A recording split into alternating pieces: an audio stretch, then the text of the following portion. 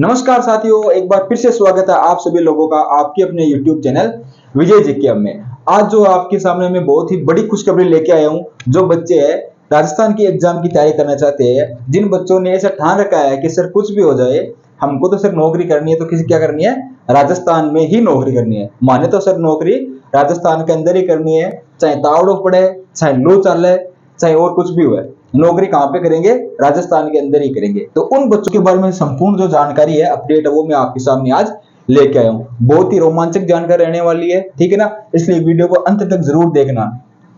हम क्या जानकारी है वो देखो। आप सबसे पहले देखो,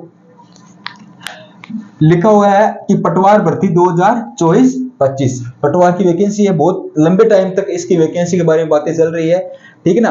कई लोग बता रहे थे कि 4000 पद आएंगे, कई लोग बता रहे थे 5000 पद आएंगे ना।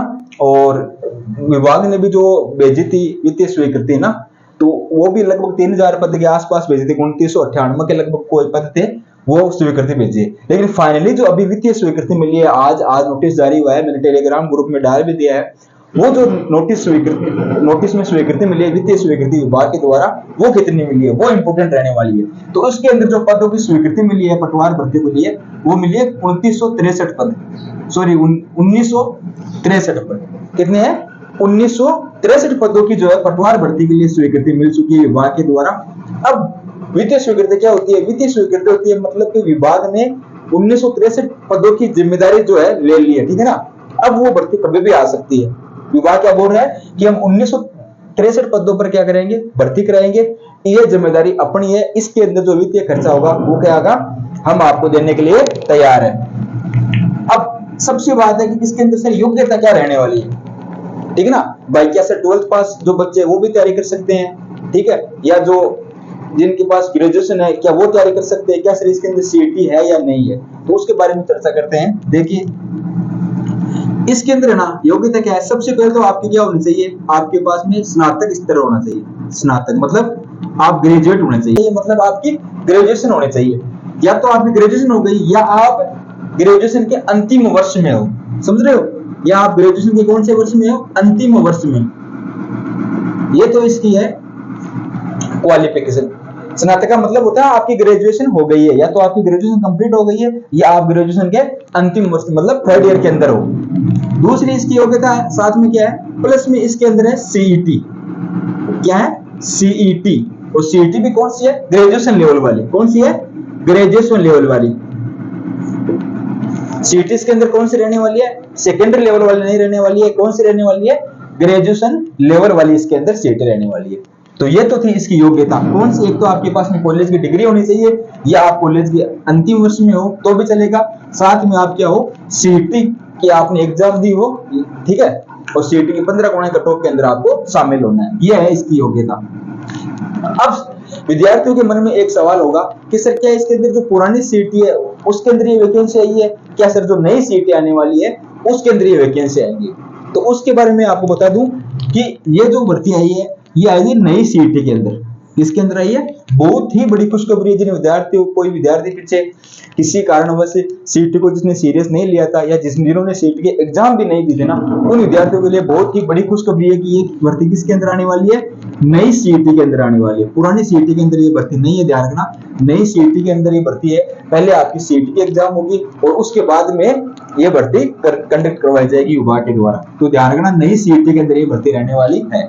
अब क्या है कि सर पेपर कितने नंबर का होगा, कि सर पेपर जो है कितने नंबर का होगा, इसका जो पेपर है कितने नंबर का है? तो पेपर रहने वाला है आपका 300 नंबर का। पेपर कितने नंबर का है?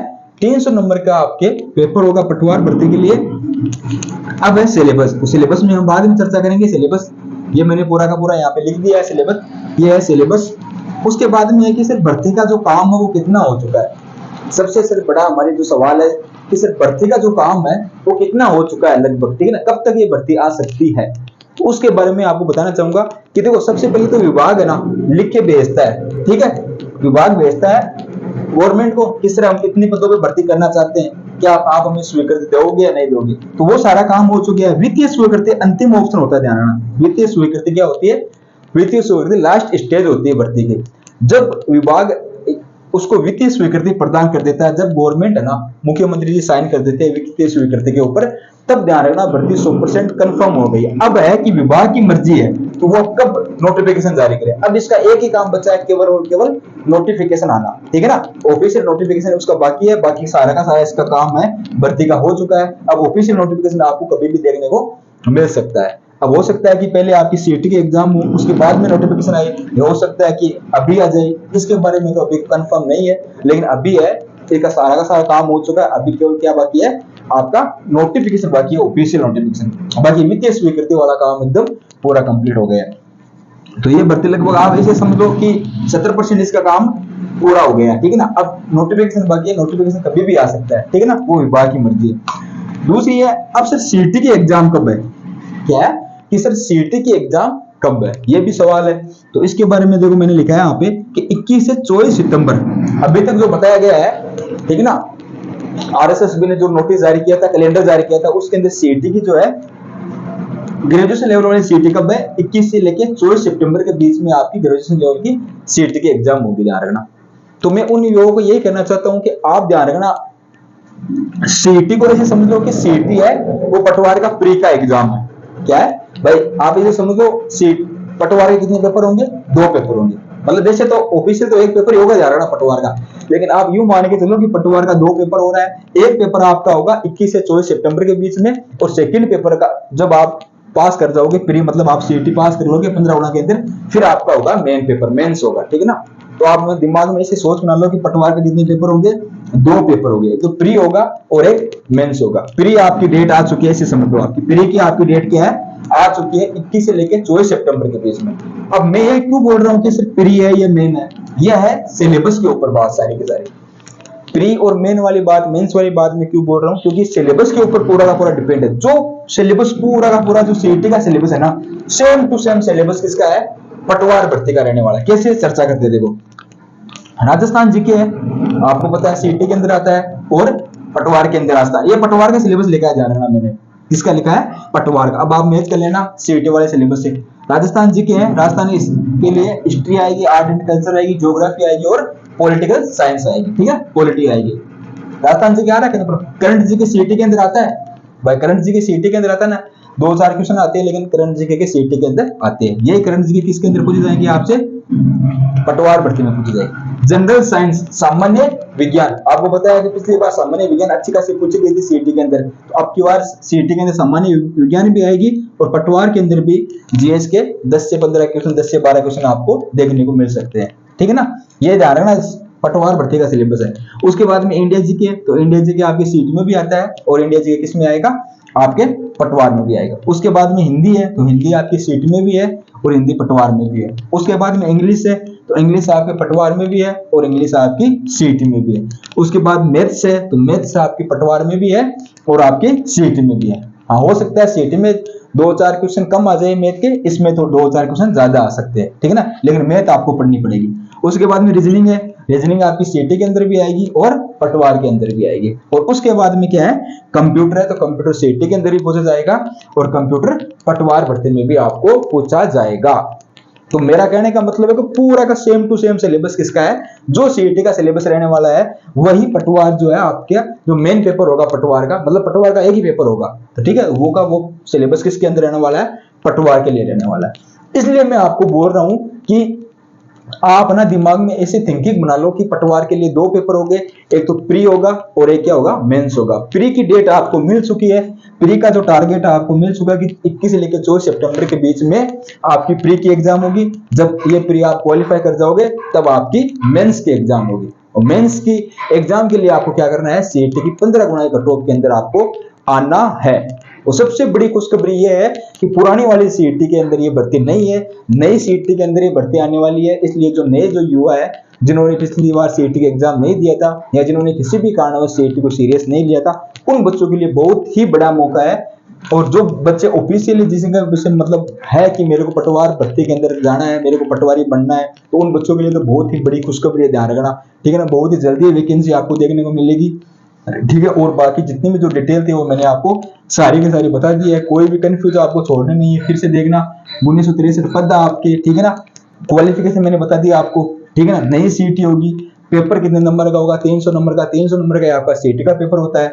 सिलेबस मैंने बता दिया, भर्ती का काम 70% आपके भर्ती का काम पूरा हो चुका है। एग्जाम डेट जो सीईटी की ये वाली है, ठीक है।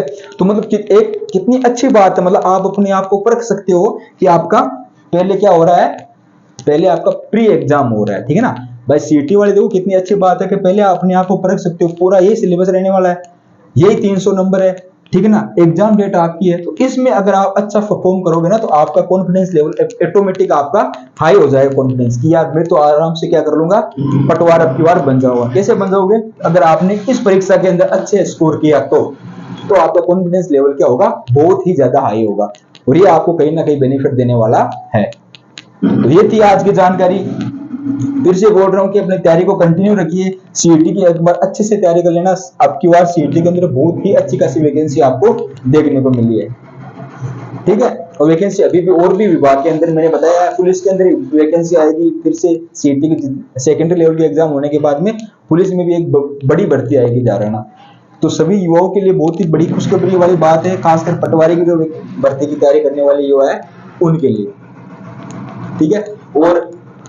और भी आपको कोई डिटेल चाहिए तो आप अपने टेलीग्राम चैनल है हमारा विजय जीके हब, कौन क्या नाम है टेलीग्राम चैनल का, विजय जीके हब,